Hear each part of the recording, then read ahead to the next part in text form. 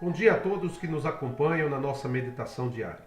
Hoje nós vamos ler a seção Summer, que corresponde aos versos 113 a 120, onde nós vamos fazer a análise desse texto no Salmo 119. Vamos ouvir e ler atentamente o texto sagrado.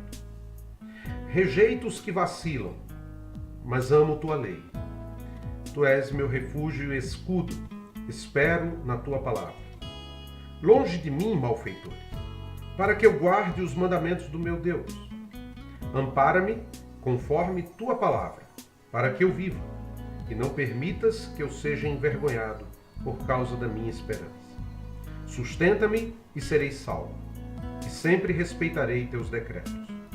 Desprezas todos os que se desviam dos teus decretos, pois a astúcia deles é falsidade.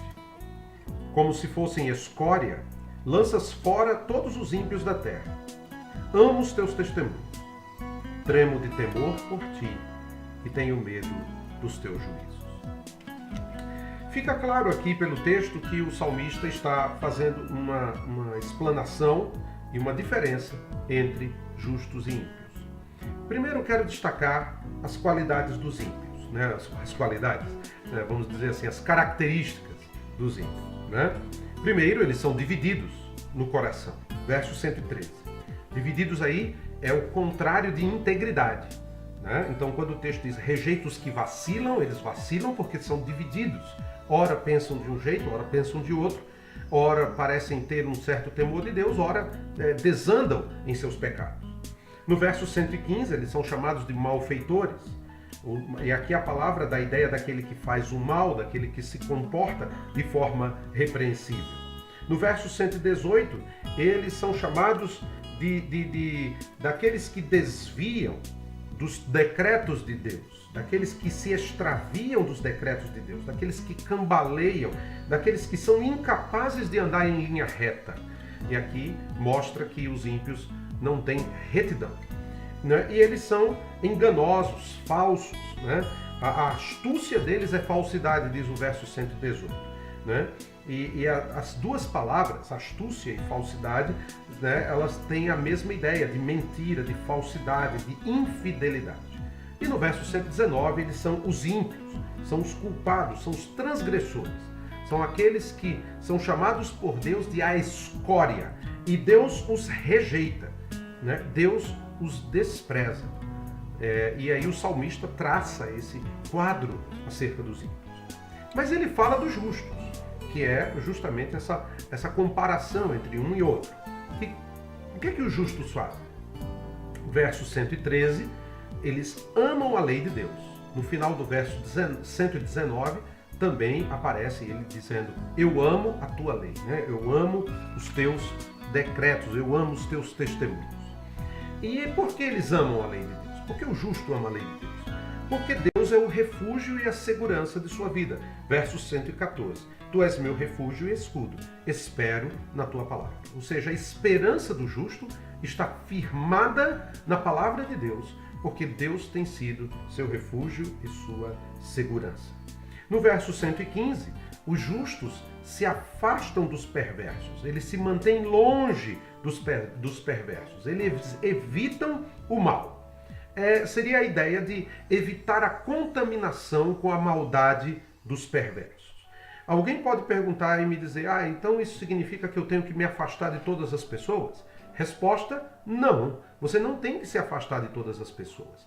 Você tem que se afastar e manter uma distância daqueles que são perversos, daqueles que amam a iniquidade, amam o mal e que podem ser um péssimo exemplo para a sua vida, ou podem ser uma influência ruim para a sua vida.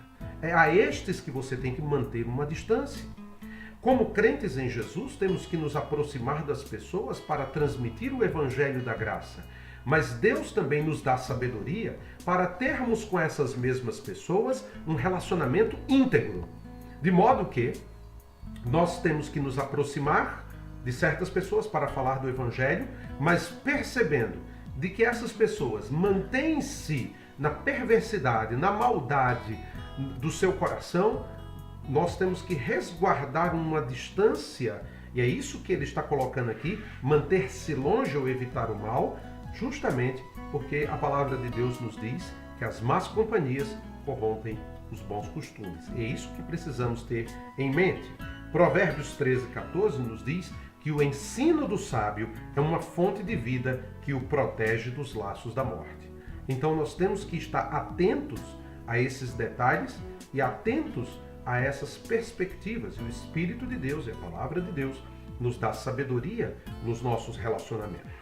Outra característica do justo é a sua obediência. No verso 115, ele também diz, ele vai fazer uma expressão para os ímpios, longe de mim, malfeitores, para que eu guarde os mandamentos do meu Deus. E é muito interessante porque ele fala esse do meu Deus como uma valorização, né? Ele não é o Deus da religião, ele é o meu Deus. Por isso, é muito melhor a companhia de Deus do que a companhia do mundo. Vale mais essa companhia do Senhor. No verso 116, Deus é o sustento do justo. E aqui sustento compreenda como sendo a força espiritual suficiente que Deus nos dá para que possamos perseverar. Sustento aqui, no verso 116, tem a ver com amparo. Não está vendo aqui com coisas materiais, mas a ideia de que é Deus quem me ajuda a perseverar, é Deus quem me sustenta, é Deus quem me ampara. E o justo coloca nisso sua esperança. E por isso ele vai dizer, não permitas que eu seja envergonhado por causa da minha esperança. Ele espera ver os frutos da perseverança e ele quer caminhar com Deus e ele sabe que é Deus quem lhe sustenta, quem lhe ampara. No verso 117, isso reitera essa visão, né? Quando é Ele que nos mantém de pé e é Ele que nos salva. Né? E por isso o justo respeita os decretos de Deus, ele ama os decretos de Deus, porque na verdade é Deus quem o guarda, é Deus quem o ampara. E essa é uma verdade bíblica maravilhosa. É Deus quem faz com que permaneçamos firmes em Cristo. Não é a nossa força. Então, às vezes eu vejo muitos cristãos que dizem, não, porque eu sou bom, eu creio na palavra de Deus e eu confio, e eu confio muito em mim. Essa é uma visão errada. A visão do crente que realmente confia em Deus é aquele que diz, se estou de pé, é pela graça de Deus. É Ele quem me sustenta. E o verso 120, do qual eu quero terminar aqui, ele fala no verso 120, tremo de temor por ti e tenho medo dos teus juízos. Eu quero me deter um pouco aqui, porque às vezes as pessoas falam assim, mas Deus é amor, nós não temos que temer a Deus. O temor do Senhor é o princípio da sabedoria. Esse é um ponto básico. Outro aspecto, o amor de Deus é um santo amor. Se há algo que nos diferencia de Deus, é a sua santidade. Santo significa separado. E essa santidade de Deus mostra que Deus é totalmente diferente do que nós imaginamos. A sua grandeza, seu poder, a sua majestade, sua glória imprimem sobre os seus servos um santo temor. É isso que o salmista está colocando aqui. Literalmente o texto diz, arrepia-se com o teu terror a minha carne, e os teus juízos eu temi. Ou seja, a presença de Deus é tão gloriosa, tão majestosa, é tão sublime, é tão grande, é tão tremendo, que ele diz, eu tenho um santo temor de tua presença. É triste pensar que grande parte dos cristãos hoje gostam apenas de falar do amor de Deus, mas tem pouca reverência ao Senhor Deus. O salmista aqui, ele diz, eu amo a tua lei, eu amo os teus decretos, eu amo a tua palavra, tu és o meu Deus. Mas tudo isso não o impede de dizer, eu tremi diante da tua presença. Eu temo e tremo de terror por tua causa. Por quê? Porque a santidade de Deus, ela imprime isso em nós. Eu quero terminar lendo aqui o que Calvino fala sobre essa questão no Salmo 119, verso 120. Ele diz assim: somos ensinados por estas palavras do profeta que devemos levar em conta atentamente os juízos de Deus, para que eles não só nos instruam com amor, mas também nos atinjam com tal terror que nos leve ao verdadeiro arrependimento. Eis a diferença entre justos e ímpios. O que você tem sido? Um justo ou um ímpio? Alguém que treme diante de Deus ou alguém que está levando uma vida meramente religiosa? Que possamos ser reconhecidos como justos, não por causa do que fazemos, mas por causa do temor que temos a Deus e pela sua palavra. Que você tenha um ótimo dia na presença do Senhor e que Deus ilumine sua mente e seu coração com a palavra de Deus. Um forte abraço e até amanhã.